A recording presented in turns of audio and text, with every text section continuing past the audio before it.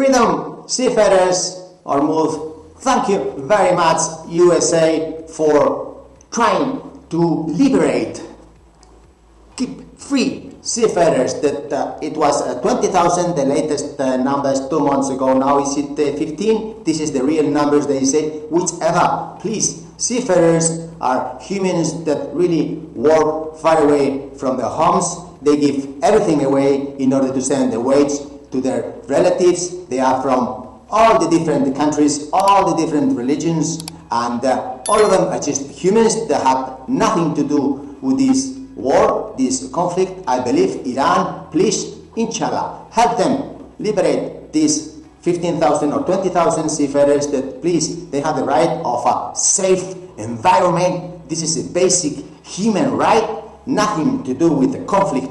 It is the opposite, providing the families with love, care, and allotments, wages, so that the future generations, they have also basic human rights. These seafarers, please, America has done one step forward, now we need the rest.